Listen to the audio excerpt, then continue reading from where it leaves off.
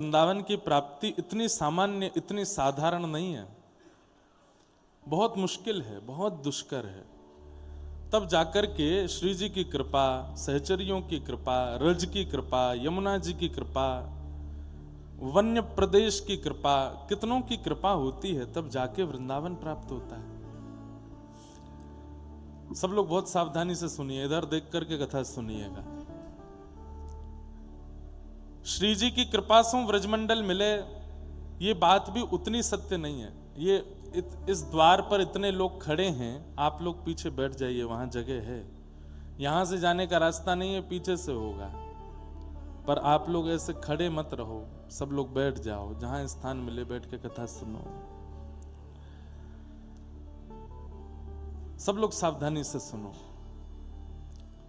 एक मन में बात आती है कि हम भी आज तक कथाओं में कहते रहे कि श्री जी की कृपा से वृंदावन की प्राप्ति संभव होती है, पर इस बात में भी सत्यता थोड़ी कम है।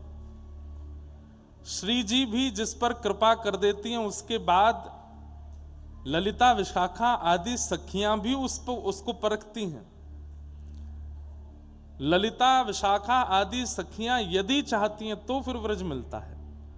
इसलिए हमारे आचार्यों ने व्रज परंपरा में अलियों को मनाया, सखियों को मनाया, सहचरियों को मनाया। वे कृपा करेंगी तो व्रज की प्राप्ति हो जाएगी।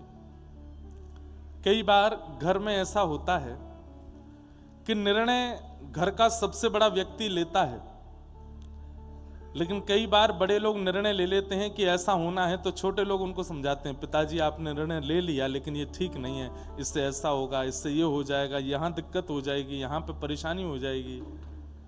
तो कई बार बड़े लोग निर्णय लेने के बाद भी छोटों की बात मान करके निर्णय को खत्म करते हैं। नहीं भाई देखो, हमारे बच्चों ने हमको समझाया, ये बात ठीक नहीं है। तो ऐसे ही श्री जी का और ठाकुर जी का निर्णय सर्वोपरि है पूरे विश्व में, लेकिन ब्रज में नहीं। व्रज में तो ठाकुर जी और श्री जी अगर कोई निर्णय लेते हैं तो उसके बाद और जगह पे तो नीचे से फाइल ऊपर जाती है, यहां फाइल ऊपर से नीचे आती है। सखियां उस फाइल को देखती हैं, सखियां फिर निर्णय लेती हैं। ठाकुर जी क्या चाह रहे हैं, श्री जी क्या चाह रही हैं, उस पर सखियां विचार करती हैं। सखियों के मन को रुचिकर लगता है, तब व्रज की प्राप्ति होती है। ये बात हम क्यों कह रहे हैं? सामान्य दिनों में वृंदावन आना, ये श्री जी की कृपा और ठाकुर जी की कृपा हो सकती है, लेकिन व्रज के प्रमुख महोत्सवों में वृंदावन आना, ये सखियों की कृपा के बिना नहीं हो सकता। आप कहेंगे महाराज जी इसका कोई प्रमाण? हां, प्रमाण है। ब्रह्मा जी आए थे, कोई बहुत विशेष चर्चा करने के लिए आए थे ठाकुर जी से, लेकिन जैसे ही पहुंचे तो सखियों ने द्वार रोक दिया, आप भीतर नहीं जा सकते। ब्रह्मा जी बोले आप जानती नहीं मैं कौन हूं? सखियां कहने लगी कौन है बता दीजिए।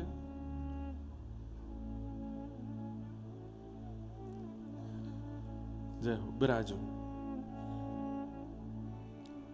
सखियां बोली कौन है बता दो। यहां द्वार पे कोई लग जाए ऐसे, और कोई आवे तो उनको कहें कि बहुत धीमे से निकल के जावे, कथा में बिल्कुल बीच में ऐसे कोई विक्षेप ना हो, और हो सके तो द्वार बंद कर दें। अब जितने बैठे हैं वो बैठे रहें, बाकी सबको जहां जगह मिले बैठ जाएं। अब कोई भाव आ रहा था, भूल गया मैं। हाँ, तो ब्रह्मा जी कोई बहुत विशेष चर्चा करने के लिए ठाकुर जी के पास आए थे, और ठाकुर जी नव निकुंज में श्री प्रिया जी के साथ किसी लीला में व्यस्त थे। सखियां द्वार रोक करके खड़ी थी। तभी ब्रह्मा जी आए, बोले जल्दी द्वार खोलो, मुझे ठाकुर जी से मिलना है। ललिता, विशाखा आदि सखियां बोली धैर्य धारण करो, कौन हो आप? भीतर नहीं जा सकते, अभी ठाकुर जी अपनी अंतःपुर की लीला में हैं। सखियों से ब्रह्मा जी बोले आप जानती नहीं मैं कौन? सखियां बोली हम तो नहीं जाने, कौन है भैया तू? मैं विधाता ब्रह्मा, जिसकी कृपा से सृष्टि चलती है, जिसकी कृपा से एक एक जीवाणु बनता है, अरे जिसकी कृपा से तुम भी यहां खड़ी हो, मैंने ही तुमको बनाया है। अच्छा तेने बनाया हो हमें? बोला हाँ। क्या बात है भैया ब्रह्मा? बोले ठाकुर जी से विशेष चर्चा करनी है, अंदर जाने दो। बोले ठाकुर जी मना करके गए कि कोई भी आ जाए अभी द्वार पे किसी को अंदर मत आने देना।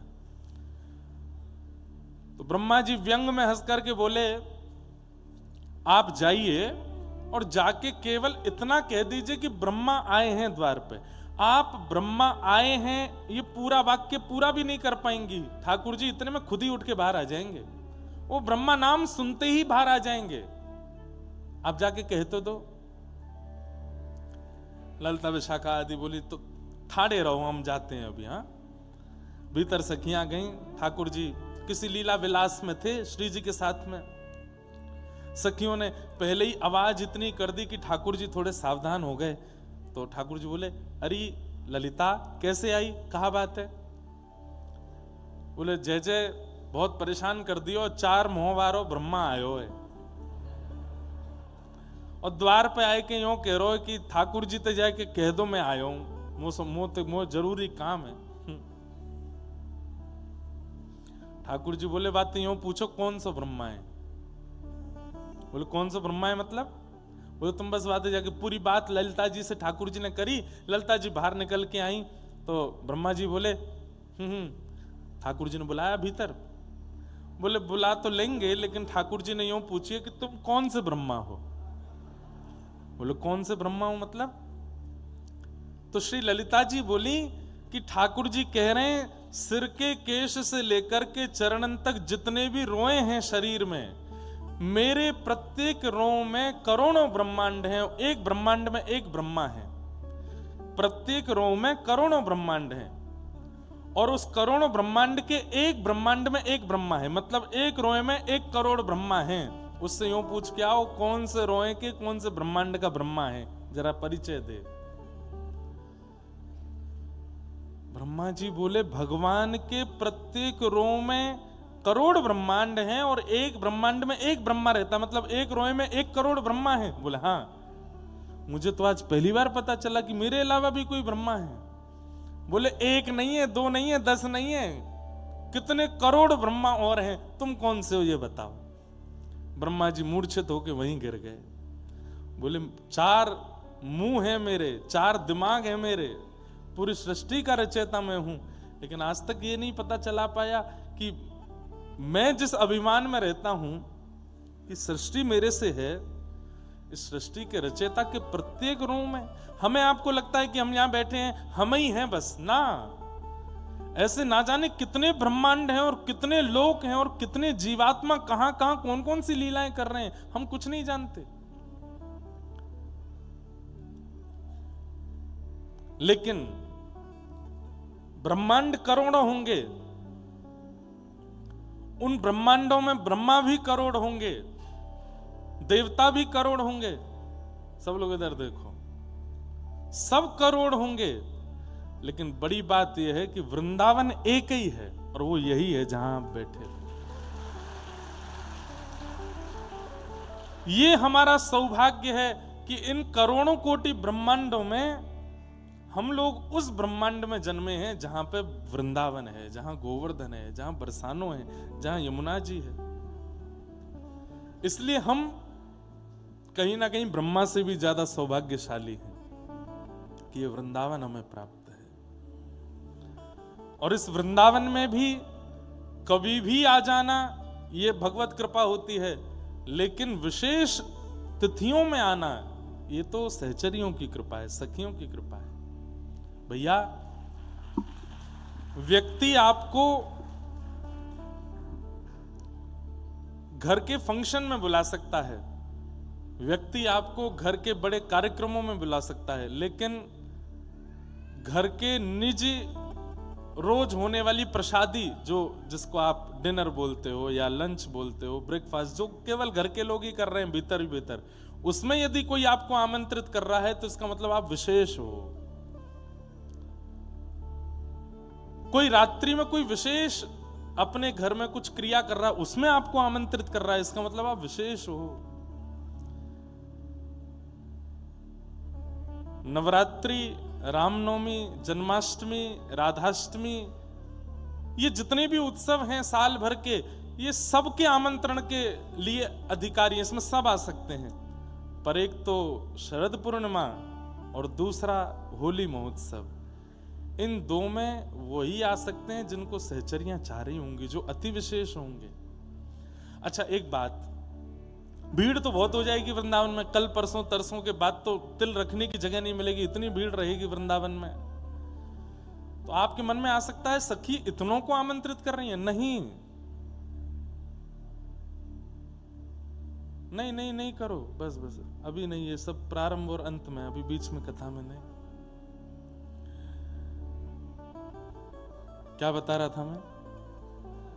आप लोग डायरी पेन लेके बैठना, जब जब कथा भूलूं तो याद दिला देना।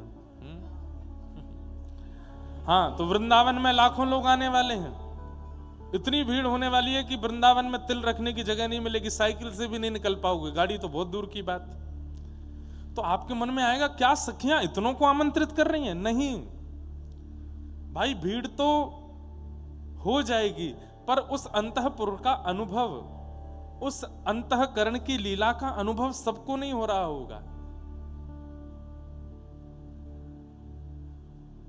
एक बहुत सुंदर हमारे यहाँ पद गाते हैं, तेरे रंग की बलिहारी रसिया, तेरे रंग की बलिहारी रसिया, मैं इत आई फाग देखन को, मैं इत आई फाग देखन को। अरे मैं तो यहाँ फाग देखवे के काजे आई लाला, पर तो हे देख सब हारी, तो देख सब हारी रसिया, तेरे रंग की बलिहारी रसिया, तेरे रंग की बलिहारी। लोग बाग होली खेल करके व्रत से जाएंगे, क्या देख करके आए? लठ मार देख के आए हम तो। तेसू के पानी में बोर बोर करके ब्रजवासी एक दूसरे पर बाल्टियों से भर के पानी, ये देख के आए। लाल रंग देख के आए, गुलाबी रंग देख के आए, हरो रंग देख के आए, पीरो रंग देख के आए। अगर ये सब दिखा है तो अभी होरी दिखी नहीं, तो कहा दिखो? बोले जब से वृंदावन से आए हैं तब से केवल एक ही रंग दिख रहा है। बोले कौन सा? बोले कृष्ण रंग दिख रहा है, और कोई रंग नहीं दिख रहा है। कोई ने लाल डारो, कोई ने पीरो डारो, कोई ने कोई और रंग डारो, मुंह को कुछ नहीं पता चला। गोपी कह रही है, को रंग डारो को पिचकारी, को रंग डारो को पिचकारी, खबर नहीं कौन रंग डारो, खबर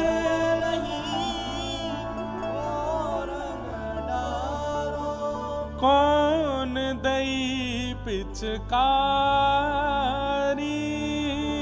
कौन दई पिचकारी। कौन ने रंग लगायो, कौन ने पिचकारी चलाई, मुंह को पतो नहीं है, तो फिर तो पतो कहा है? तब वो गोपी कहती है, रंग में भीजी तेरे रंग में भीजी,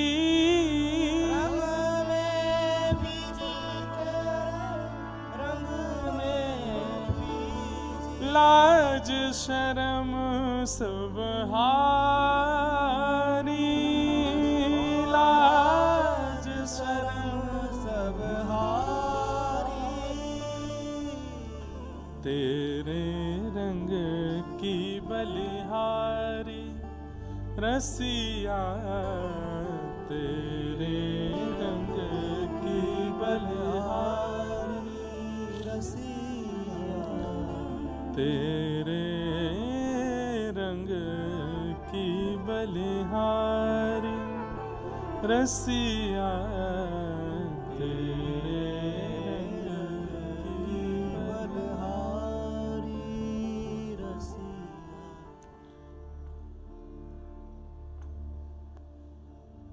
हमें लगता है कि होली सार्वजनिक उत्सव है, पर नहीं। होली से ज्यादा अत्यंत गोपनीय उत्सव कोई हो ही नहीं सकता ब्रजमंडल का। भैया देखो, 5 लोगों में से 2 व्यक्ति का चयन करना हो, ये बहुत बड़ी बात नहीं है, पर 5 लाख में से 2 लोगों का चयन करना हो, बहुत बड़ी बात है। हमारे भारत में सबसे कठिन जो एग्जामिनेशन होता है, उसमें कितने लाख बच्चे एग्जाम देते हैं, पर निकल के 1, 2, 3, 5 ही निकल पाते हैं। और उन बच्चों को इतना सौभाग्यशाली माना जाता है, भारतवर्ष उनका नाम जान जाता है कि भाई इन्होंने भारत के सबसे कठिन परीक्षा को पास करके अपना नाम रैंक में लेके आए। 1 नंबर से बच्चे रह जाते हैं, 2 नंबर से रह जाते हैं, कितने निराश होते हैं। आप जन्माष्टमी पर आए, आप राधाष्टमी पर आए, आप अन्य अन्य तिथियों पर यदि ब्रजमंडल आए, चुने गए ना चुने गए उसमें इतनी बड़ी बात नहीं, पर होली में तो लाखों लोग आते हैं, इसमें यदि चुने गए तो आपकी प्रशंसा तो सखी समाज में होने लग जाएगी। बोले कि यहां ठाकुर जी ने चुनो है, क्योंकि लाखों में चयन करना इसका मतलब वो बहुत भाग्यशाली है, बहुत श्रेष्ठ है, तभी ठाकुर जी उसको चुन रहे हैं। कितनों को चुना। हम यहां भागवत की कथा में उन भक्तों का चरित्र कहेंगे जिनको होली में ठाकुर जी ने चुना है। उसमें सबसे पहला नाम आता है अकबर की बेगम ताज बेगम का। ठाकुर जी ने होली पर चुना था उसको। कल मैं धमार सुनाऊंगा। धमार एक गायन की पद्धति है और होली में ही वो गाया जाता है, धमार। और वो ताज बेगम की धमार है जो आज भी श्रीनाथ जी के मंदिर में होली के दिन गाई जाती है। बहुरी ढप बाज रहेरी आज।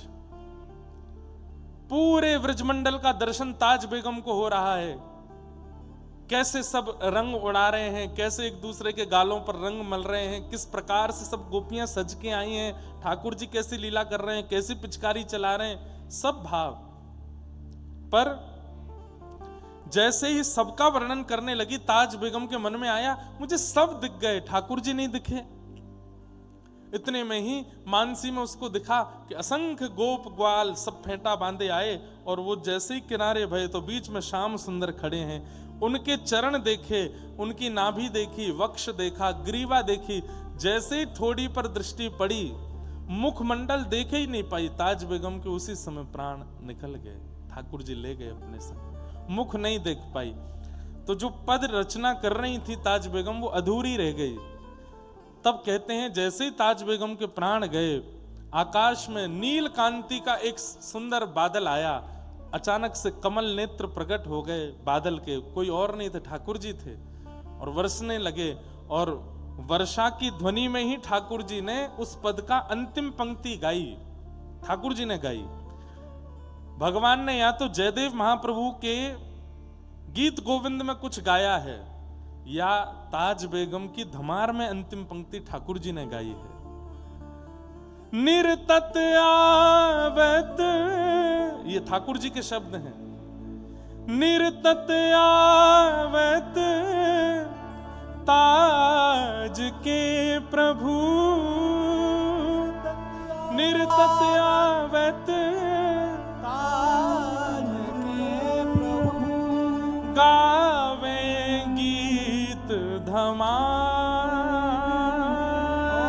गावे गीत धमार। निरतत आवत ताज के प्रभु, गावत गीत धमार। नाचते हुए ठाकुर जी आए हैं, गालों पर रंग लगा है, पूरे वस्त्रों पर कहीं कहीं छींटे रंगों के पड़े हैं। और तब इसी वृंदावन से ताज बेगम को अपने संग लेके निकुंज में चले गए ठाकुर जी, अकेली ताज बेगम। अष्ट सखाओं को भी होली का प्रवेश मिला, मीराबाई को भी होली में प्रवेश मिला। ऐसे कई हैं भक्तजन जिनको होली में प्रवेश मिला है। कई बरसाने की सखियां, नंदगाम की सखियां, गोवर्धन की सखियां जो कभी रास में नहीं आई थी, उनको भी ठाकुर जी ने होली में स्वीकार किया। ऐसे कई सखा। और बताएं, गैयाओं के संग होली कभी नहीं सुनी होगी, ठाकुर जी ने गैयाओं के संग भी होली खेली है, गैयाओं को भी प्रवेश दिलाया। होली को मतलब कहा है, बोले जन्म से लेके अब तक जो भी तैने कियो सब है गयो, मैंने सब भुलाए दियो, अब तू मेरो है। यही है होरी, मतलब जो होनो है गयो। मैं कोई को चिंतन नहीं कर रहा। तेने पूर्व में कहा कियो, तेने वास में कहा कियो, तेने कौन के संग कहा कियो, जो कियो सो कर दियो, मैंने सब भुलाए दियो, सब है गयो, होरी है गयो, अब तू मेरो है। सब भुला करके ठाकुर जी स्वीकार कर लें, वही होली है। जो होना था हो लिया, अब हम आपके हैं। तो ऐसी ये होली के दिन हैं, 7 दिन आप लोगों को मिले हैं। राधा गिरधर लाल जी की होली उत्सव होएगी, कथा भी सुनेंगे, बीच बीच में होली के भी भाव सुनेंगे। खूब आनंद से आप लोग आइएगा। और जैसा कि मैंने कहा, एक दिन लड्डू होली होगी यहाँ पे, एक दिन जलेबी होली होगी, एक दिन लठमार होएगी। अब कौन लठ कौन में मारेगा ये तो आप जानो। हम तो मंचवार नहीं मार मोड़ लेंगे, नीचे आमेंगे ही नहीं। ए ब्यास हमते मिले ना दो यामेदारी के। एक बार मैं लठमार खेल चुका हूं नंदगाम बरसाने में। वैसे बाहर के लोगों को अधिकार नहीं है, केवल नंदगाम के लोग, बरसाने के लोग ही आपस में लठमार खेलते हैं। पर हम ब्रज के हैं तो थोड़ा सा अधिकार मिल जाता है हमको। हम गए हुरंगा हुरियारे बन के, ओ महाराज ऐसो मारो नंदगाम की गोपीन ने। और आपको पता है नंदगाम बरसाने में जब लठमार हो रही होती, कहीं लग जाए ना चोट, उसको चिकित्सा कराने डॉक्टर के पास नहीं जाते, ब्रज की रजी लेके वहां में लगा ले, है गए ठीक। वही से वही चिकित्सा है उनकी।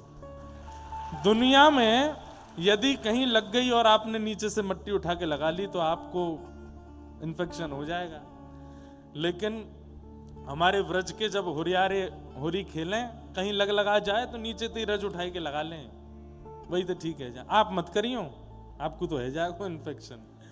जो वास्तव में व्रज के प्रति जिनकी अटूट निष्ठा और भाव है, उनके लिए रज ही औषधि है, उनके लिए रज ही भोजन है, उनके लिए रज ही रत्न है, उनके लिए रज ही सब कुछ है, सर्वांगीण है। तो ऐसे एक दिन लठमार होगी, एक दिन होली लड्डून की होगी, एक दिन जलेबी की होगी, एक दिन फूलन की होगी, और विश्राम दिन वादना तो बूझ नहीं पा रहे हैं। तुम मेरी ही पत्नी हो, अरे ये कैसी हो गई? वो कहेगी तुम मेरे ही पति हो, मुझे लगा बाहर का लंगूर अंदर आ गया। ऐसी स्थिति आ जाएगी, एक दूसरे को पहचान नहीं पाए, ऐसी हो रही है। तो मन में भाव तो बहुत सारे हैं। एक दिन हमारा मन तो है, बाकी सब कार्यकर्ता और प्रशासन यदि अनुमति देगा, सब वैष्णवों के साथ में वृंदावन की परिक्रमा चलें और नाचते गाते हुए, रंग उड़ाते हुए, अनुमति मिल जाएगी प्रशासन से। तो एक दिन कथा के बाद रात्रि में प्रसाद आदि पक रात में लगाएंगे 2-3 बजे, ताकि तो बाकी की भीड़ न कम हो, और सुबह तक लगा के सीधे जमुना जी में कूदेंगे, यमुना स्नान करके ही आवेंगे। भाव तो बहुत सारे हैं, अब पूर्ति किस किस भाव की हो ये तो ठाकुर जी जाने। आप लोग जो भी सब यहाँ कथा के लिए आए हैं, कथा पहले बाहर कई जगह निश्चित की गई, कहाँ हो, वहाँ हो, इधर हो, पर अंत में लाल जी को पर्ची डाली तो लाल जी बोले हमारे घर के पास भोगला आश्रम में ही करो, ताकि यहाँ से लोग बागों को कथा के बाद कहीं दर्शन को भी जाना हो। राधा वल्लभ जी जाना, राधा रमण जी जाना, बिहारी जी जाना, मदन मोहन जी जाना, गोपीनाथ जाना, तो यहाँ सब पास हैं, आप लोग जा सकते हो। इसलिए कथा का क्रम बीच वृंदावन में ही रखा गया है। इस प्रांगण में रंग उड़ाने की मनाही है, इसलिए ज्यादा रंग वंग बाहर से मत लाइएगा कल से, क्योंकि अब होली एक ऐसा उत्सव है जो कभी ऊधम नहीं करता होगा वो भी ऊधम करने लग जाता है। पता नहीं क्या ऊधम ऐसा होता है होली में, चुपचाप बैठा है बिल्कुल सीरियस है और नेक रंग लगाए, वाने नेक लगाए और नेक ज्यादा, भाई फिर तो इतनी ज्यादा है जाए कि पता नहीं क्या हो जाता है। होली में सबके भीतर ठाकुर जी प्रकट होकर के ऊधम मचवाते हैं, तो ये होली के दिन में ऐसा ही होता है। पर आप सब लोग ध्यान रखना, खूब भाव से करेंगे और प्रत्येक लीला सुनाएंगे कि होली कहाँ हो रही है, कैसे हो रही है, क्यों हो रही है, किस भाव से हो रही है। सब लीला कथा हम लोग श्रवण करेंगे। श्रीमद् भागवत जी की कथा है, तो पहले हम महात्म्य की चर्चा थोड़ी कर लें। और व्रज भक्त, क्योंकि वृंदावन में बहुत दिन बाद कथा कहने का अवसर मिल रहा है, इसलिए खूब कोई कसर छोड़ेंगे नहीं। कथा का समय 2 बजे से है। आज 2 बजे से इसलिए है ताकि 2 से 5 कथा हो जाए और फिर 5 बजे के बाद गिरधर लाल जी के उत्सव हो जाएं। तो आप सब लोग प्रयास कीजिए कि आप 2 बजे से पूर्व ही आकर के विराजमान हो जाओ, ताकि 5 बजे तक कथा कह के फिर हम लाल जी के उत्सव कर सकें। अब उत्सव संभवतः सामने मंच बनेगा, वहां हुआ करेंगे, तो कल निर्माण उसका भी हो जाएगा। फिर उसके बाद उत्सव का क्रम कल से बता देंगे हम, कौन कौन से दिन कैसे। परसों से उत्सव रोज होंगे यहाँ पे, आप सब लोग उसका ध्यान रखना। बोलो श्री राधा गिरधर लाल की जय। कल नैमिषारण्य धाम में कथा विश्राम करके रात्रि को वृंदावन आए। अद्भुत अद्वितीय स्थान श्री नैमिषारण्य, जहां पर 18 पुराणों की कथाएं गाई गई हैं, ऐसा नैमिषारण्य क्षेत्र। अद्भुत वहां आनंद आया, खूब सुख लिया सब वैष्णवों ने। आज से यहाँ कथा प्रारंभ कर रहे हैं, बड़े प्रेम और भाव से सब लोग श्रवण करें। सच्चिदानंद रूपाय विश्वोत्पत्त्यादि हेतवे तापत्रय विनाशाय श्री कृष्णाय वयं नमः। भगवान के 3 रूप हैं, सत्य, चैतन्य और आनंद। ठाकुर जी का पहला स्वरूप है सत्य। ठाकुर जी सत्य हैं, मतलब मैं कथाओं में कहा करता हूं, हम सबके सामने असत्य संभाषण कर सकते हैं, पर जिनके सामने असत्य बोलने में जीव को भी संकोच होता हो, वो ठाकुर जी। व्यक्ति माता पिता परिवार बच्चे घर के सब लोगों से असत्य बोल लेता है, लेकिन जब ठाकुर जी के सामने जाता है तो ठाकुर जी की झांकी देख करके उसके चित्त में आता है, नाथ तुम जानत सब अंतर्यामी, आप तो सब जानते हो, आपके सामने क्या छुपाऊं मैं। अरे व्यक्ति कसम भी अगर खा लेता है ना ठाकुर जी की, तो भी मनी मन क्षमा मांगता है, नाथ आप तो सब जानते ही हैं, मैं बस अपने बचाव के लिए झूठ बोल रहा हूं, बाकी सत्य तो आपको पता है। तो जिसके मन में ये प्रगाढ़ विश्वास है कि ये सत्य जानते हैं, सत्य के ज्ञाता हैं, सत्य इनसे छुपा नहीं है, वही परमात्मा है।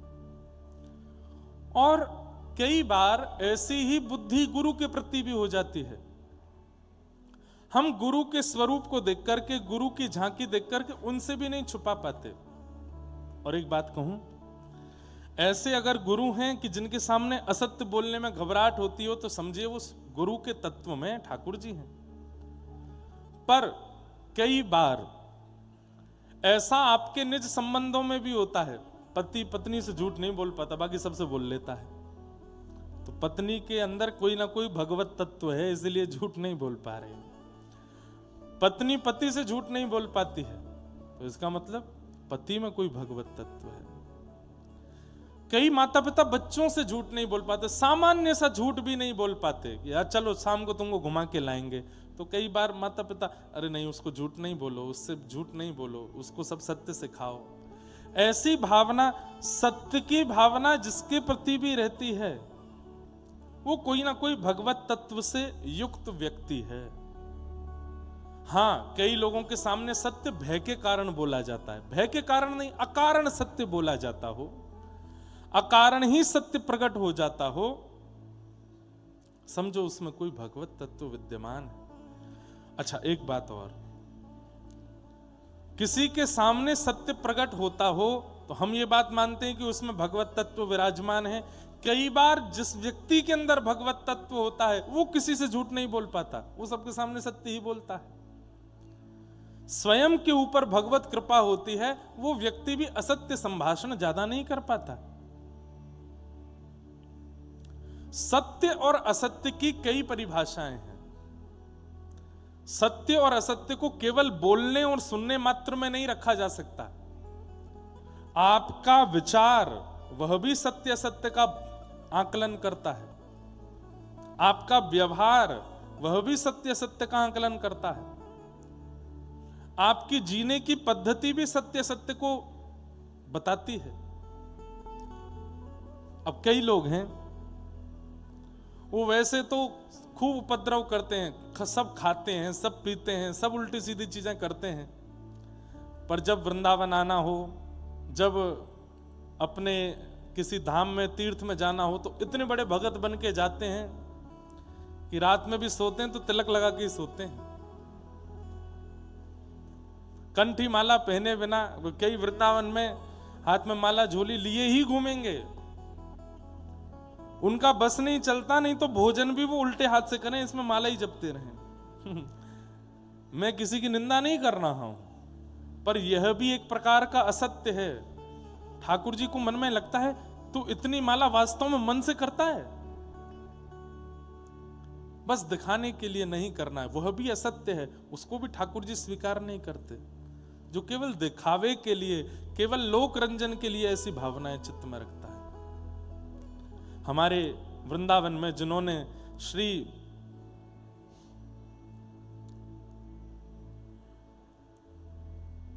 मदन मोहन जी को प्रकट किया, ऐसे श्री सनातन गोस्वामी, सनातन गोस्वामी पाद के चरित्र में आता है, और लगभग सब संतों के चरित्र में ऐसी भावना आपको लगेगी कि 24 घंटे दिन भर में होते हैं, उससे 20 घंटे वो केवल भजन करते हैं, 21 घंटे भजन करते हैं, 22 घंटे भजन करते हैं, बाकी के बचे 2 घंटे में सोना भी होता है, स्नान भी होता है, शयन भी होता है, सब कुछ होता है। हमारे परम पूजनीय श्री बरसाने वाले पूज्य महाराज जी, परम पूजनीय श्री विनोद बिहारी दास बाबा, सब लोग इधर देखिए, ध्यान से सुनिए। बाबा के पास रात्रि 10-11 बजे कीर्तन में जाओ तो रात भर कीर्तन चलता है। मैंने एक बार दिनचर्या पूछी हमारे पंडित बाबा महाराज से, मैंने कहा बाबा की दिनचर्या क्या है? बोले भैया रात में 12-1 बजे तक तो कीर्तन होता है, सत्संग होता है थोड़ी देर, फिर उसके बाद में बाबा स्नान करवे जामे और स्नान करके फिर भजन करते हैं रात्रि में। क्यों? शांति रहती है, ज्यादा लोग उपद्रव नहीं करते, तो फिर भजन होता है। 4-5 बजे तक, 6 बजे तक भजन होता है, फिर उसके बाद 1-1.5 घंटा 2 घंटा सो लेते हैं, उठ के स्नान ध्यान करके सेवा में लग जाते हैं, फिर पूरे दिन सेवा चलती। ऐसे हम लोग रह सकते हैं? नहीं रह पाएंगे। हम एक रात्रि नहीं सोते तो दूसरे दिन हमारे शरीर में स्थिति विचित्र होने लग जाती है। पर जिस व्यक्ति का जीवन ही भगवत प्राप्ति है, वो निद्रा को प्रायोरिटी नहीं, भोजन को प्रायोरिटी नहीं, संसारी विषयों को ज्यादा, वो केवल उनका उपयोग केवल इसलिए करता है कि मेरा शरीर बचा रहे भजन के लिए। बाकी वो उसी में रत नहीं रहते, उसी में ही डूबे नहीं रहते।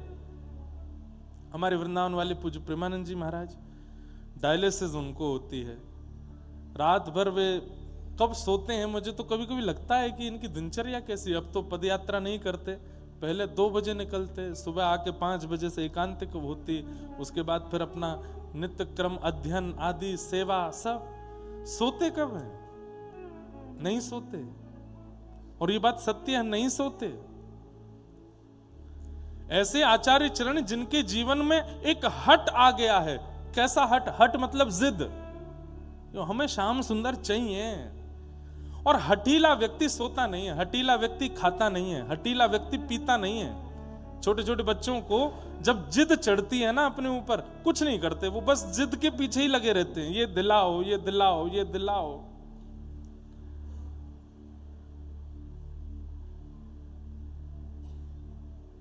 लेकिन भगवत प्राप्ति की हट प्रेम से युक्त होती है। वहां जिद भी है, पर पीछे पड़ने वाली जिद नहीं है कि ठाकुर जी के प्राण खा गए, मिलो हमको ना। जैसे राखो तैसे रहूं,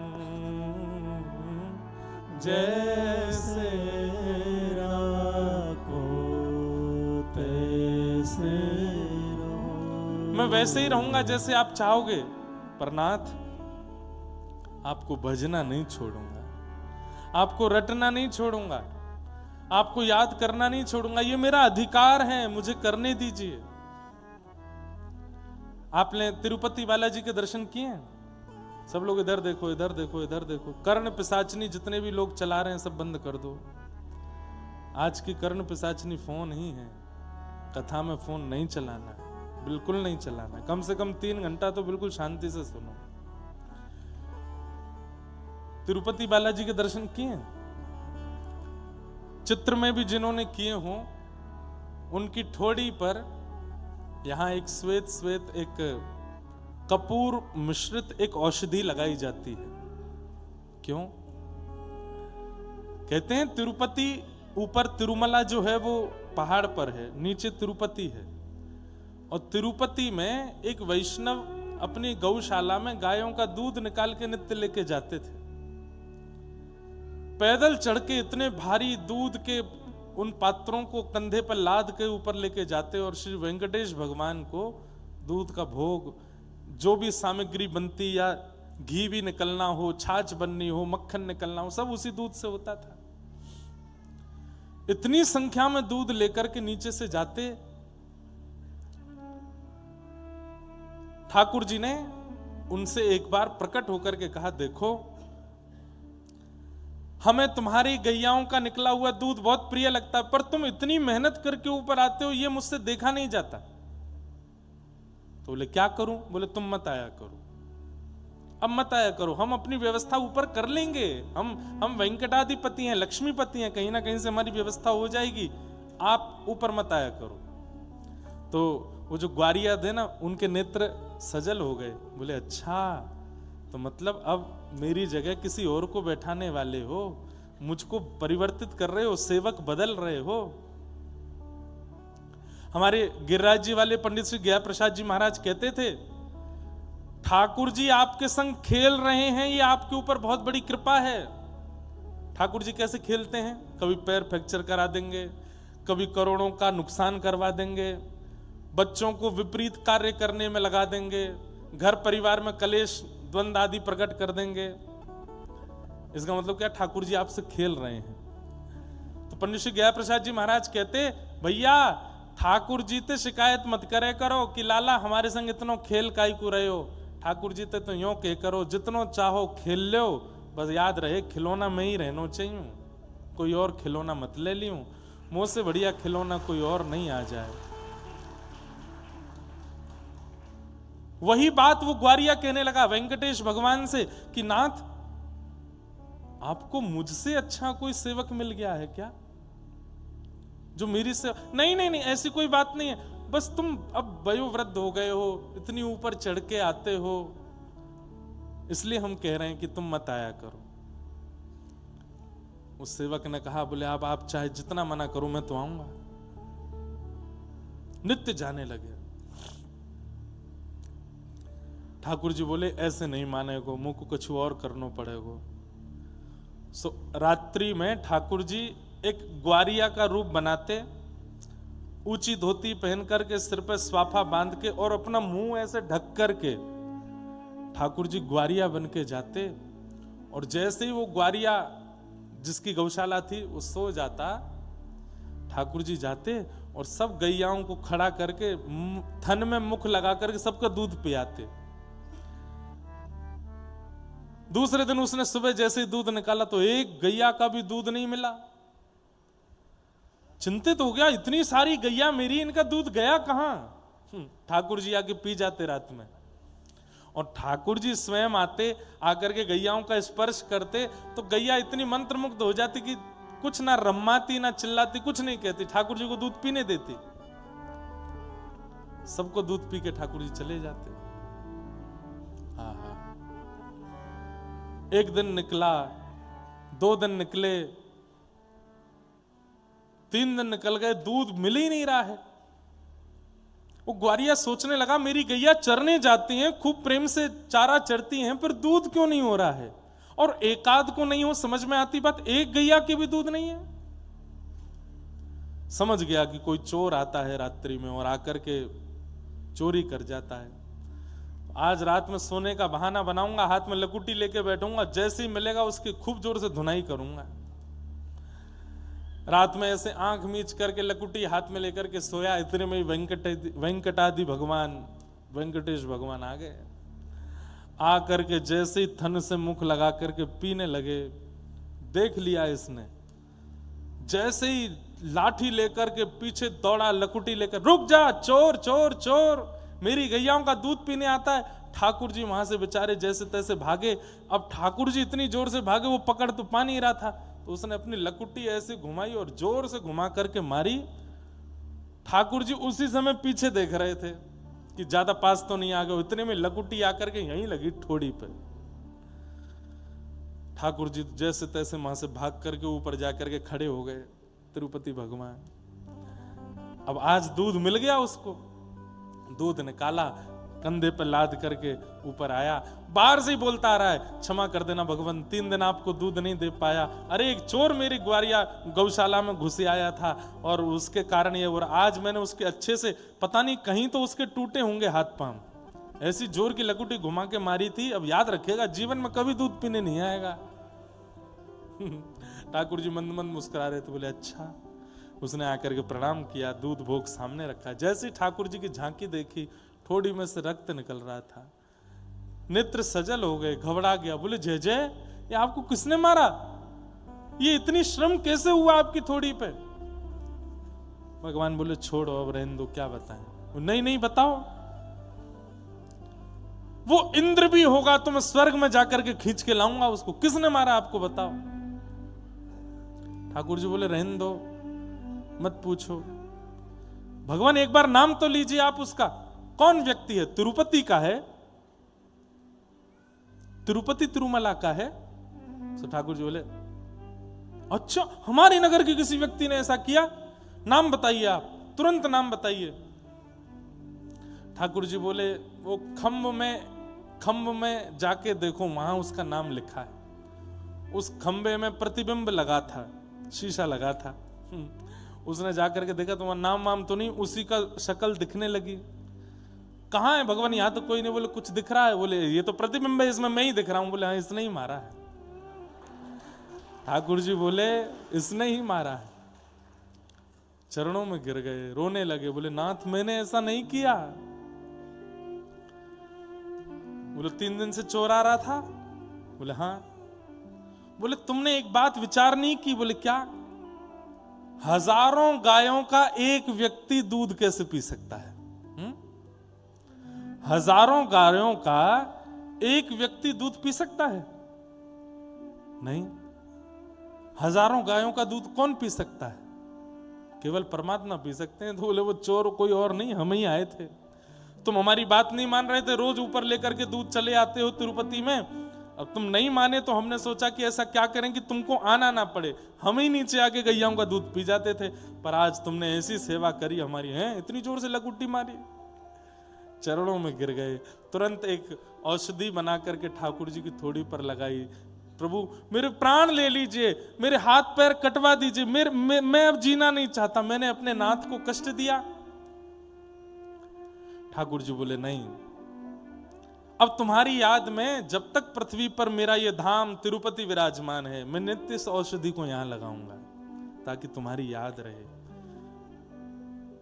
कुछ मांग लो, मैं तुमसे बहुत प्रसन्न हूं। तब उस भक्त ने क्या मांगा कि नाथ सेवा करना मेरा अधिकार है, वो अधिकार मुझसे छीनिए मत। नित्य दूध निकालना, पात्र में रखना, चढ़ करके अब लाद के ऊपर लाना, आपको लगता है कि मुझे बहुत श्रम होता है, पर मुझे श्रम नहीं होता है। वो मेरा सौभाग्य है, मेरा अधिकार है। मैं कुछ नहीं जानता, केवल कम से कम एक गुण मेरे पास है, दूध निकाल के आपकी सेवा में लाना। वो मुझसे मत छीनिए ना, तो और मुझे कुछ नहीं चाहिए। ये अधिकार मुझसे मत छीनिए, ये मेरा अधिकार है, मुझे दे दीजिए। ठाकुर जी प्रसन्न हो गए और फिर अंतिम श्वास तक उस भक्त की वो सेवा चलती ही रही।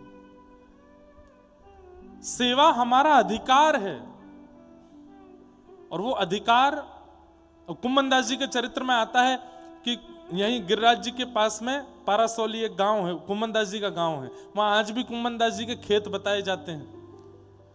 कुम्मन दास जी खेती करते थे, और श्री ठाकुर जी, श्रीनाथ जी दोपहर में 12 बजे के बाद जब मंदिर बंद हो जाता तो आते और अपनी पीताम्बरी में बीज ले लेते, और आगे हल लेकर के कुम्मन दास जी चलते, और पीछे बीज डालते हुए ठाकुर जी चलते, ऐसे बीज पधराते हुए कुम्मन दास जी के खेत में।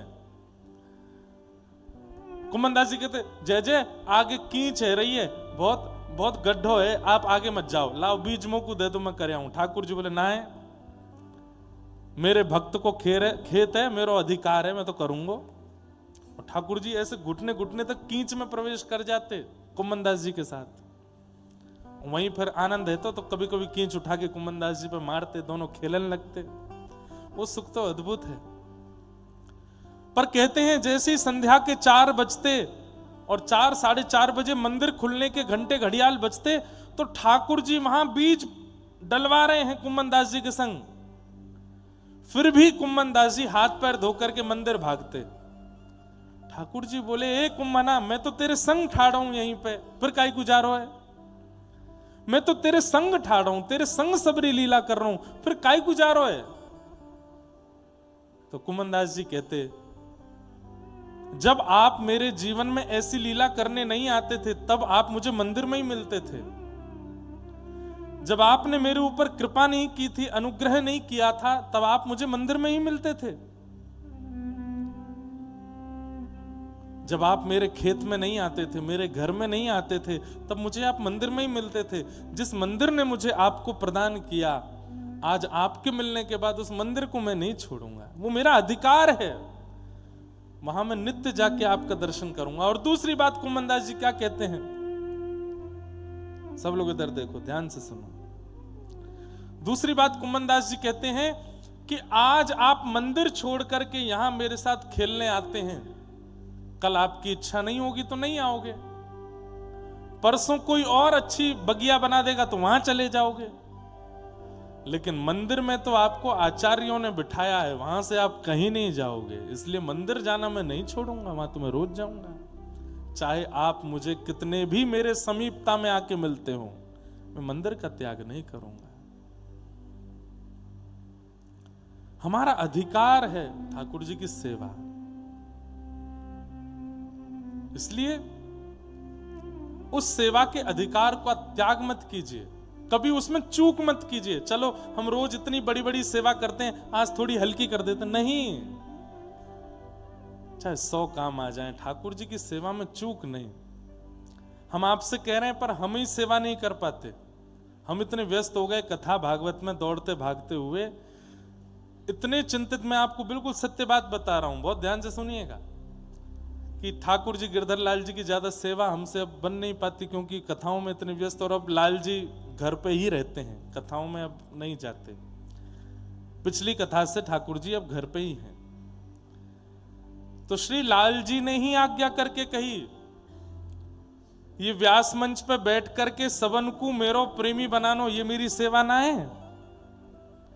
बोले, मेरे देह की सेवा, मेरे अंग की सेवा तो हेती रहेगी, तू सबन को मेरो प्रेमी बना दे। या सेवा में कोई चूक मत करे, चाहे जितनो भागनो पड़े, जितनी दौड़ करनी पड़े,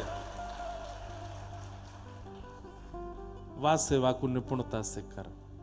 लगे हैं उसमें जितनी हो पाती है। तो भगवान का प्रथम स्वरूप क्या है? सत्य।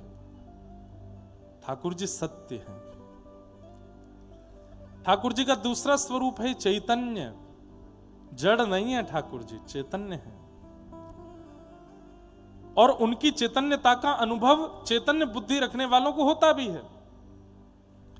ठाकुर जी का देह अष्ट धातु का, अष्ट धातु का, पंच तत्व का, या फिर पंच रत्न का, या फिर दारू काष्ठ का, ये सब अनुभव उसको होता है जिसके चित्त में चैतन्य बुद्धि नहीं है ठाकुर जी के प्रति। पर जिसके चित्त में चैतन्य बुद्धि है उसको ठाकुर जी ऐसे ही अनुभव होते हैं जैसी हमारी त्वचा, जैसे हमारे भाव। कोई ऐसा नहीं कि आपके सामने बड़ी बात, पर हमने तो कई बार लाल जी के कई भावों का अनुभव किया। प्यारे गिरधर लाल जी को एक बार बहुत पसीने आए, बहुत पसीना आया। मुखमंडल से छोटे छोटे बिंदु प्रकट होकर के यहां बड़ी बड़ी बिंदु हो जाती हैं और ऐसे गिर रही थी ठाकुर जी के। और कहां पे, स्थान भी बताऊं, जयपुर में। जयपुर में जब अपने सी स्कीम में होती भक्तमाल, वहां की कथा की बात है। ठाकुर जी कथा में, क्योंकि भक्तमाल कथा में गिरधर लाल जी रोज जाते हैं, उस कथा में ठाकुर जी बैठे थे और बैठ करके पूरी कथा सुन रहे थे। तब प्रश्वेत के बिंदु प्रकट हो रहे थे गिरधर लाल जी को। कई बार कई अनुभव ठाकुर जी के होते हैं, पर वो कब होते हैं? जब आपके चित्त में चैतन्य स्थिति होती है ठाकुर जी के प्रति। आप ही जड़ बुद्धि रखते हो कि ये पाषाण हैं, ये पत्थर के हैं, ये अष्ट धातु के हैं। हमारे वृंदावन में बिहारी जी के सामने लोग बाग जाते हैं तो नीचे से ही फूल माला फेंक के मारते हैं कि अंदर पहुंचे ठाकुर जी तक। अभी होली के दिनों में श्री बिहारी जी के आगे एक झीना सा एक पर्दा लगा के रखते हैं, क्योंकि छाई उजियारी चलो पिया नटवर गिरधारी, शरद की छाई उजियारी चलो पिया नटवर गिरधारी, रास में चल श्यामा प्यारी, बाट सब देखें ब्रज नारी, रास में चल श्यामा प्यारी, बाट सब देखें ब्रज नारी। तो ठाकुर जी और श्री जी के बीच में बात चल रही है, तो पहले श्री जी कह रही हैं, चंद्र चांदनी के सहित नभ चढ़ करत पयान, चंद्र चांदनी के सहित नभ चढ़ करत पयान। किशोरी जी कह रही हैं, अरे श्याम सुंदर ने पूर्णिमा के चंद्रमा को तो देखो कितना सुंदर लग रहा है। अच्छा एक बात तो मैं बताना ही भूल गए हो, ये दो उत्सव हमने महत्वपूर्ण बताए, एक तो रास के और एक होली के, और दोनों ही पूर्णिमा को होते हैं। यह भी होली का मुख्य उत्सव पूर्णिमा का है और वहां रास भी पूर्णिमा को ही है। ये दोनों पूर्णिमा पे होने का मतलब क्या है? पूर्णिमा मतलब काले आकाश के रूप में कृष्ण और चंद्रमा के रूप में किशोरी जी जब एक हो जावे तब पूर्णिमा होती है। या तो रास में दोनों एक होकर के सबके सामने आए हैं, या फिर होली के दिन एक होकर के सबके सामने आए। तो किशोरी जी कह रही हैं, ये चंद्रमा तो देखो कितना सुंदर है। ठाकुर जी थोड़ी पे हाथ धर के किशोरी जी की ओर देखते हुए बोले, मोको चंद्रमा नहीं दिख रहा, मोको तो केवल आप दिखाई दे रही हो। श्री राधा मुख देख के, श्री राधा मुख देख के, हाँ श्री राधा मुख देख के, राधा मुख देख के, मैं भूलो सब ही गुमान पड़ेगी, फीकी उजियारी बाट सब देखे व्रज नारी, पड़ेगी फीकी उजियारी बाट सब देखे व्रज नारी। हे रास में चल श्यामा प्यारी, बाट सब देखे ब्रज नारी, रास में चल श्यामा प्यारी, बाट सब देखे चर्चा हुई। किशोरी जी बोली पूर्णिमा को चंद्रमा कितनो सुंदर है ने देखो तो। ठाकुर जी बोलो मेरी दृष्टि कोई पूर्णिमा को ना जाने, मैं तो केवल आपके मुखमंडल को देख रहा हूं, आपके आगे कोई पूर्णिमा को चंद्रमा रह सके? किशोरी जी बोली ऐसी बात कैसे बनानो आवे आप पे? सहज टेढ़ बतरान में टेढ़ो है तेरो अंग, सहज टेढ़ बतरान में टेढ़ो है तेरो अंग। ओ सहज टेढ़ बतरान में टेढ़ो है तेरो अंग, सहज टेढ़ बतरान में टेढ़ो है तेरो अंग। तेरी कुटिल कटाक्ष ने, तेरी कुटिल कटाक्ष ने, ओ तेरे कुटिल कटाक्ष ने, ओ तेरे कुटिल कटाक्ष ने। किशोरी जी कह रही हैं इतनी टेढ़ी मेढ़ी बात करो आप, यही मारे आपको अंग भी टेढ़ो है गयो है, यही मारे आप बांके बिहारी है गए हो। अरे मैं कह रही हूं चंद्रमा को देखो, आप कह रहे हो आपसे बढ़िया चंद्रमा कौन? ये इतनी टेढ़ी मेढ़ी चुपड़ी वही बात मत करे करो, यही मारे टेढ़े है गए हो। ठाकुर जी बोले या मारे टेढ़ो ना भयो मैं तो। यशोदा मैया के मेरे अंग जो हैं वो मक्खन से ज्यादा कोमल हैं, और अगर कोई बिना पलक झपके मेरे अंगन को देख ले तो मेरा अंग उतनो पिघल जाए। हे श्यामाजू, हे किशोरी जी, बोला हाँ आप इतने आंख फाड़ फाड़ के मेरी कमर की ओर देखें, या मारे मेरा कमर टेढ़ी है गई, मेरे चरणन को देखें या मारे मेरे चरण टेढ़े। अरे कहाँ बताऊं, मेरा मुकुट देखो तो मुकुट भी टेढ़ो है गो है। हाँ तेरे कुटिल कटाक्ष ने, तेरे कुटिल कटाक्ष ओ मेरो तन कर दियो त्रिभंग, विचारो हाँ बंक मुरली की बलिहारी, बाट सब देखे ब्रज नारी, बंक मुरली की बलिहारी, बाट सब देखे ब्रज नारी। ओ तेरे कुटिल कटाक्ष ने, तेरे कुटिल कटाक्ष ने, मेरो तन कर दियो त्रिभंग, पंख मुरली की बलिहारी, बाट सब देखे ब्रज नारी। मुरली की बलिहारी, बाट सब देखे ब्रज नारी। हे रास में चल श्यामा प्यारी, बाट सब देखे ब्रज नारी। रास में चल श्यामा प्यारी, बाट सब बोल रास रासेश्वर भगवान की।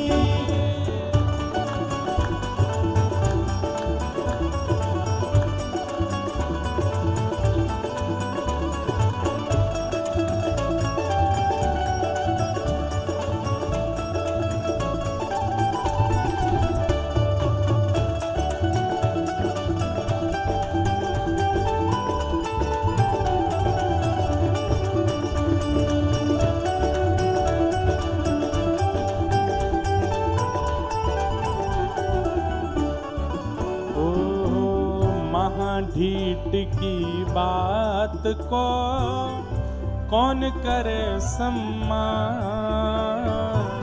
महाढीठ की बात को कौन करे सम्मान। महाढीठ की बात को कौन करे सम्मान, महाढीठ की बात को कौन करे सम्मान। किशोरी जी कह रही हैं अरे आप महाढीठ हो, आपकी बात को कौन सम्मान करे? तब ठाकुर जी क्या कह रहे हैं? चतुरन की चर्चा जगत, चतुरन की चर्चा जगत, हाँ चतुरन की चर्चा जगत, चतुरन की चर्चा जगत मैं भोरन को भगवान विचारो, बोलो भंडारी बाट सब देखे व्रज नारी, विचारो बोलो भंडारी बाट सब देखे व्रज नारी। रास में चल श्यामा प्यारी, बाट सब देखे व्रज नारी, रास में चल श्यामा प्यारी बाट सब देखे व्रज नारी। हे शरद की छाई उजियारी, चलो पिया नटवर गिरधारी, शरद की छाई उजियारी, चलो पिया नटवर गिरधारी। हे रास में चल श्यामा प्यारी, बाट सब देखे व्रज नारी, रास में चल श्यामा प्यारी बाट सब देखे व्रज नारी। गोविंद राधे गोपाल राधे, गोविंद राधे गोपाल राधे, गोविंद राधे गोपाल राधे, गोविंद राधे गोपाल हे राधे। भजो राधे राधे गोविंद गोविंद भज राधे, राधे राधे गोविंद गोविंद राधे। भजो राधे राधे गोविंद गोविंद भज राधे, राधे राधे गोविंद गोविंद राधे। गोविंद राधे गोपाल राधे, भज गोविंद राधे गोपाल राधे। गोविंद राधे गोपाल राधे, गोविंद राधे गोपाल राधे। हरि गोविंद राधे गोपाल हरि राधे, गोविंद राधे गोपाल राधे। हरि गोविंद राधे गोपाल हरि राधे, गोविंद राधे गोपाल हे राधे। भजो हा भजो भजो राधे राधे गोविंद गोविंद भज राधे, राधे राधे गोविंद गोविंद राधे। श्री राधे राधे गोविंद गोविंद भज राधे, राधे राधे गोविंद गोविंद राधे। भजो राधे राधे गोविंद गोविंद भज राधे, राधे राधे गोविंद गोविंद राधे। भजो राधे राधे गोविंद गोविंद भज राधे, राधे राधे गोविंद जय गोविंद जय राधे। श्री राम। राधे।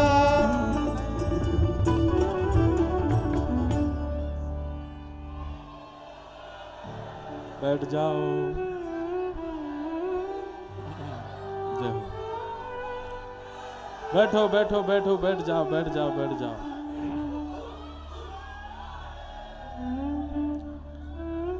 सहज टेढ़ बतरान में टेढ़ो है तेरो अंग, सहज टेढ़ बतरान में टेढ़ो है तेरो अंग।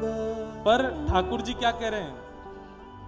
तेरे कुटिल कटाक्ष ने, तेरे कुटिल कटाक्ष ने मेरो तन कर दियो त्रिभंग, बंक मुरली की बलिहारी, चलो पिया नटवर गिरधारी, बंक मुरली की बलहारी, चलो पिया। अरे श्यामाजू, जब से आपने मेरी कमर नैन भर के देख ली है तब तो टेढ़ी है गई है ये। जब ते आपने ये आंख बिना झपकाए मेरो मुकुट देख लियो तब ते टेढ़ो है गो ये। सोचो, कहां किशोरी जी तप्त कांचन गौरांगी श्री राधे वृंदावनेश्वरी, जो इतनी कोमल हैं, इतनी कोमल हैं कि जब कमल के पराग, जो कि विश्व में सबसे कोमल है, कमल का पराग, यहां से आने जाने वाले लोग थोड़ा संकोच में आवे अंदर, बिल्कुल ऐसे चले ना आवे, नहीं तो हम भूल भाल जाते हैं। हमें लगता पता नहीं कोई राष्ट्रपति आए हैं, कैसे समझाएं। तो क्या बता रहा था मैं? कमल की पराग, जब आप कमल खोलेंगे, कमल के बीच के तंतु में उसमें पराग है, वो इतनी कोमल होती है कि छू दो तो उसकी पीलिमा अपने हाथ पे आ जाती है। वो पराग बिछाई गई हैं बृषभानु भवन में, और श्री जी सुबह उठ करके स्नान ध्यान करके जब निकसी हैं तो पराग पे चरण जब रख रही हैं तो वो पराग भी किशोरी जी को चुभ रहा है। सोचो कितनी कोमल है हमारी किशोरी जी। और ठाकुर जी उनसे कह रहे हैं कि हे श्यामाजू, आप बिना पलक झपकाए अगर मेरी ओर देखें तो मेरी कमर टेढ़ी रह जाए। इतनी कोमल अंगी श्री किशोरी जी के कोमल नेत्रों की कटाक्ष जब ठाकुर जी को इतना लग सकती है, हम लोग तो कितने निष्ठुर हैं। हम तो ऐसे देखते हैं आंख गाड़ करके ठाकुर जी को। इसलिए हमारी व्रज की परंपरा में नियम है, झरोके से देखो ठाकुर जी को, थोड़ी झीनी सी चद्दर नेक आंखन के आगे लेके देखो ठाकुर जी को। क्यों? कहीं हमारे नेत्रों की तीक्ष्णता चुभे नहीं ठाकुर जी को। इतने कोमल हैं श्री श्याम सुंदर, इतनी चैतन्यता का भाव बताया जा रहा है, हम उन्हें पाषाण कैसे मान सकते हैं? हम उन्हें पत्थर का कैसे मान सकते हैं? जब आप इतनी चिंता, इतना चिंतन रखेंगे भगवत दर्शन में, तो पाषाण के ठाकुर जी हों, मार्बल के ठाकुर जी हों, अष्ट धातु के हों, अपने आप चैतन्य हो जाएंगे, अपने आप चैतन्यता का अनुभव कराने लगेंगे। एक व्यक्ति मुझसे बोला, बोले महाराज जी हमको पर्दा करने की क्या जरूरत है, हम चश्मा पहनते तो हैं, तो जो नेत्रों की तीक्ष्णता होगी नहीं लगेगी ठाकुर जी को। आपको क्या लगता है, नेत्रों से कोई रेज निकलते हैं क्या जो ठाकुर जी को टेढ़ा मेढ़ा करेंगे? नहीं, नेत्रों से भाव प्रकट होता है, और उस भाव में अगर कहीं स्वार्थ की दुर्गंध होगी ना, ये वृंदावन है, यहां स्वार्थ से नहीं देखा जाता ठाकुर जी को, निस्वार्थ से देखा जाता है। हे बिहारी जी मेरे वो काम बनवा दो, ये करवा दो, स्वार्थ की दुर्गंध आ गई, तुरंत नेत्रों के दृष्टि ठाकुर जी को चुभने लगेगी। ऐसे नहीं, व्रज वृंदावन में तो भाव से देखा जाता है। ठाकुर जी कैसे हैं? चैतन्य हैं, सत्य, चैतन्य, और तीसरा, अगर सत्य और चैतन्य इन दो रूपों में आपने चूक नहीं की तो फिर आपको आनंद का अनुभव होगा, आनंद की अनुभूति ठाकुर जी कराएंगे। सच्चिदानंद रूपाय, ये भगवान के तीन रूप में, सत्य, चैतन्य और आनंद। विश्वोत्पत्त्यादि हेतवे, विश्व की उत्पत्ति, पालन और संहार के जो हेतु हैं, तापत्रय विनाशाय श्री कृष्णाय वयं नमः। बंधुओं देखो, ऐसे श्री कृष्ण को हम प्रणाम करते हैं जो तीन रूप, तीन गुण और तीन कर्मों से युक्त हैं। सत्य, चैतन्य, आनंद तीन रूप हैं, विश्व की उत्पत्ति, पालन, संहार ये तीन कर्म हैं, हम सबके तीन तापों का नाश ये भगवान का गुण है। ऐसे भगवान को हम प्रणाम करते हैं। बंधुओं देखो, हम भक्तों को ठाकुर जी के चरण छूने का अधिकार है, बस। भक्तों ने जब प्रेम प्रदान किया तो ठाकुर जी बोले इस प्रेम को मैं कहां धारण करूं, सिर पे तो नहीं कर सकता। क्यों?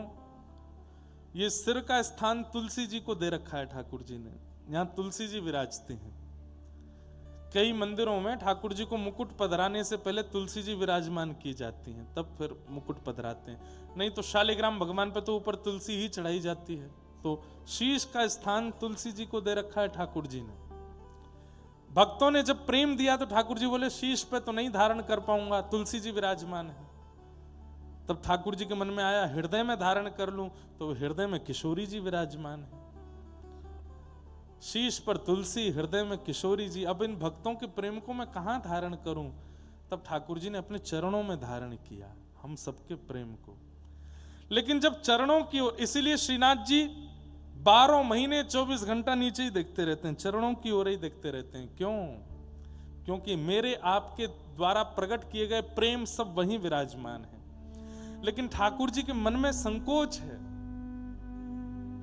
कि इन भक्तों ने मुझे इतना प्रेम दिया और मैं उसे नीचे से ऊपर ही नहीं ला पाया। और ध्यान से सुनिएगा, बहुत सुंदर भाव है। शीतकाल जब आता है, सर्दियां जब आती हैं, तो ठाकुर जी को मोजे पहना देते हैं। तो मोजे पहनाने पर ठाकुर जी हमारे आपके द्वारा प्रकट किया प्रेम जो चरणों में जाता है, ठाकुर जी उसको देखे ही नहीं पाए, देखे ही नहीं पाए। तो इतने व्याकुल हो गए ठाकुर जी, तुरंत ठाकुर जी ने कहा कि अरे जल्दी बसंत लाओ। और वसंत पंचमी जब आई तो मोजे हटा दिए गए। जैसे ही मोजे हटाते हैं वसंत पंचमी के बाद, सो ठाकुर जी के चरणों में जितना प्रेम इकट्ठा हुआ भक्तों का, ठाकुर जी को इतना भाया, इतना भाया, इतना भाया। ठाकुर जी बोले अब इनको चरणों में मत रखो। बोले कहाँ लाओ? मेरे गालों पे ले आओ। सो ठाकुर जी ने गुलाल के रूप में उनको गालों पे 40 दिन तक ठाकुर जी होली क्यों मनाते हैं? बोले इतने दिन तक मैंने मोजे पहन के रखे, भक्तों का प्रेम मुझे दिखा नहीं, मेरे नेत्र तरस गए। तो जैसे बहुत दिन तक कोई व्यक्ति वंचित रहा हो और वंचितता के बाद अचानक से संयोग मिलता हो, तो हम उसके लिए सारे द्वार खोल देते हैं। ऐसे ही ठाकुर जी ने अपने समस्त द्वार खोल दिए, सारे भेद और वेदों में बताए गए नियमों को तोड़वा दिया।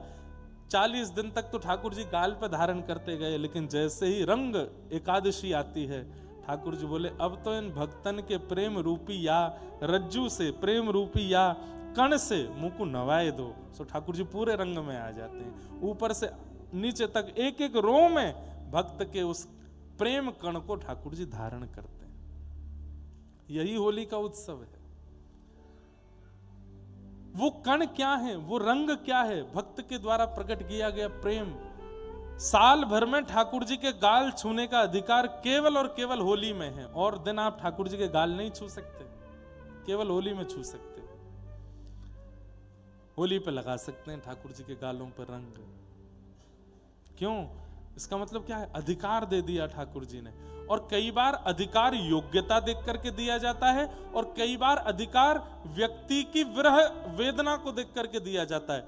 जैसे कई बार तो हम उसको वस्तु देते हैं जो अधिकारी हो, और कई बार कोई व्यक्ति बहुत ही रो रहा हो, बिलख रहा हो, प्रार्थना कर रहा हो, वस्तु उसको दे दी जाती है। शीतकाल के समय पर ठाकुर जी इतने गर्म वस्त्र पहनते हैं कि एक अंग भी नहीं दिखता, मुख दिखता है बस। लेकिन वसंत पंचमी आते आते भक्तों का प्रेम जो ठाकुर जी के चरणों में जा ही नहीं पाया, तब ठाकुर जी कहते हैं अब तुम रो मत, तुम चिंतित मत हो, तुम्हारा प्रेम मैं इधर धारण करूं, इधर धारण करूं, इधर धारण करूं, इधर धारण करूं। और सर्वांगीण रंग के रूप में ठाकुर जी फिर होली उत्सव करते हैं और सबको अपने सर्वांगीण अंग स्पर्श करने का अधिकार दे देते हैं। ये तो आज की बात करी मैंने। व्रजलीला में ये भाव कैसे है कि शीतकाल में गोपियां ठाकुर जी को स्पर्श करने का भाव रखती हैं, कभी पकड़वे की भावना से, कभी किसी भावना से ठाकुर जी के किसी अंग को स्पर्श की भावना रखती हैं। पर शीतकाल के कारण यशोदा मैया इतने लत्ता पहनाए के लाला को रखे कि गोपियां छू ही नहीं पाती, कहीं भी स्पर्श नहीं कर पाती ठाकुर जी का। तब वो गोपियां बड़ी बेचैन हो जाती हैं। बोले कहां करें? बोले सबके सामने मुख स्पर्श हम कर नहीं सकते, और बाकी की लीलाओं में छल बल से कभी हम हाथ पकड़ लेती थी, कभी हम कमर पकड़ लें, कभी हम चरण पकड़ लें, और यशोदा मैया इतने वस्त्र पहना के लाला को रखे हम स्पर्श ही नहीं कर पाती। सो ठाकुर जी वसंत पंचमी आते ही मोजे उतार देते हैं, वस्त्र धीरे धीरे हल्के करने शुरू कर देते हैं, और गोपियों से कहते हैं भले ही पूर्ण रूपेण मेरे आप अंग का स्पर्श इतने दिनों नहीं कर पाई हो, अब होली आ गई, 40 दिन तक जहां ऐसा कहे, जितना ऐसा कहे, खूब चटक रंग लेकर के मोरो स्पर्श करो। और सब गोपियां जा जा करके नित्य ठाकुर जी के आगे गारी गाती हैं। गारी किस बात से? इतने दिनों तक क्यों नहीं छूने दिया आपने हमको, इतने दिन तक क्यों छुपे रहे, अब निकस के आए हो, तो गारी देती हैं और फिर रंग लगा लगा करके स्पर्श करते हैं ठाकुर जी का। ये सब भाव है, ऐसे भाव है। वास्तव में होली के त्योहार का प्रारंभ रास पूर्णिमा पर हुआ, मतलब शरद पूर्णिमा पर। आप लोग अनुभव करेंगे, शरद पूर्णिमा का चंद्रमा जब प्रकट होता है ना, उस दिन आकाश में एक विचित्र प्रकार की लालिमा छा जाती है, और दिन के प्रकाश श्वेत होते हैं, पर शरद पूर्णिमा के चंद्रमा का प्रकाश रक्त वर्ण का होता है, लाल वर्ण का होता है। कहते हैं जैसे ही श्री प्रिया जी ने और ठाकुर जी ने शरद पूर्णिमा के चंद्रमा को देखा तो प्रिया जी के मन में भाव आया। बहुत ध्यान से सुनिएगा।